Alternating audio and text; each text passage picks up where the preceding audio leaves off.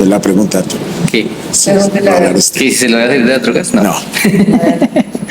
Era más Que es, hay muchas personas, muchos jóvenes que crecen sin un padre Sí, y crecen en un hogar disfuncional. sí. Tú creciste con un hogar así. ¿Cómo uno puede mirar hacia el otro lado teniendo una familia tan disfuncional con tantos problemas? Siguiente pregunta, amigo. No, mentiras. Lo que pasa es que, bueno, yo antes de responder eso, yo tengo que decir que sí tengo a mi papá, tengo a mi mamá, me cuidaron. Por causas del matrimonio de ellos, mi papá salió. O sea, no es que... Yo ahorita que conozco el contexto de mi papá, en la forma en la que él creció, la niñez que él tuvo, la forma como lo educaron, yo digo, no, mi papá me dio lo mejor. Yo no... Pero es justificar que tu papá haya ido. Yo sí lo justifico un poco, o sea, ¿por qué? Porque él me dio lo mejor que él tenía en su corazón. Entonces, como él en su corazón no tenía un papá que lo abrazara y lo besara y le dijera, hijo, papito, lo quiero mucho. él nunca tuvo eso, pues él nunca lo hizo conmigo. O sea, yo lo justifico un poco por eso.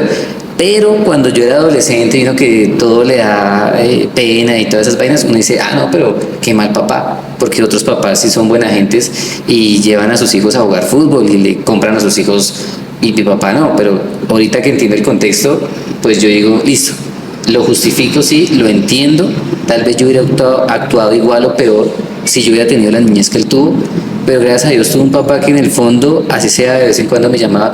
Entonces, ¿qué pasa? Que yo primero tengo que perdonar a mi papá porque conozco su contexto, porque ya lo conozco. Un día le pregunté cómo fue su niñez, él me contó, yo digo, ah, no, ya lo O perdoné. sea, para aquellos que no han tenido ese hogar, no han tenido ese padre amoroso, podemos decir que lo importante no es solamente juzgar desde mi dolor, mi sufrimiento, sino también mirar lo que pasó. Sí, ponerse en los, en los zapatos de ese papá o de esa persona que me falló y decir, ah, ahora de razón, pues de razón actúa así, porque todo tiene una causa natural, porque las cosas actúan como se actúan o porque la persona es tan mala como es. O pensamos que es mala, porque cuando uno la conoce no.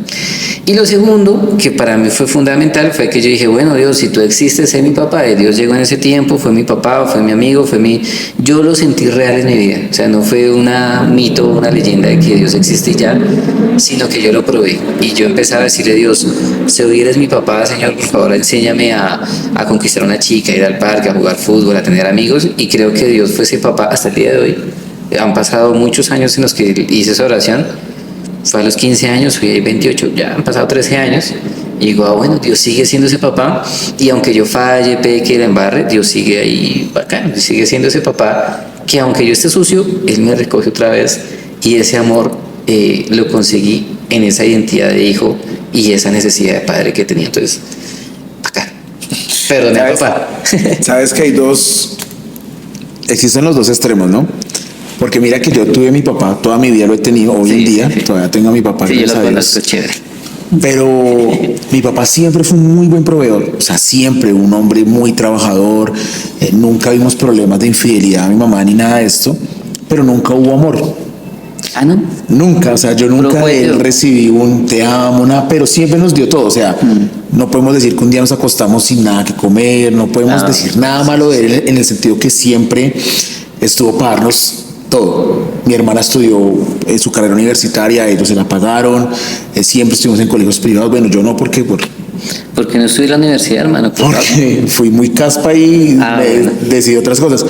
Pero cuando yo voy a la iglesia y conozco al Señor, me di cuenta que le tenía mucho rencor a mi papá. ¿Ah, sí? Como, digamos, en mi caso, sin conocer el contexto de mi papá. Exacto. Y me pasó exactamente lo mismo.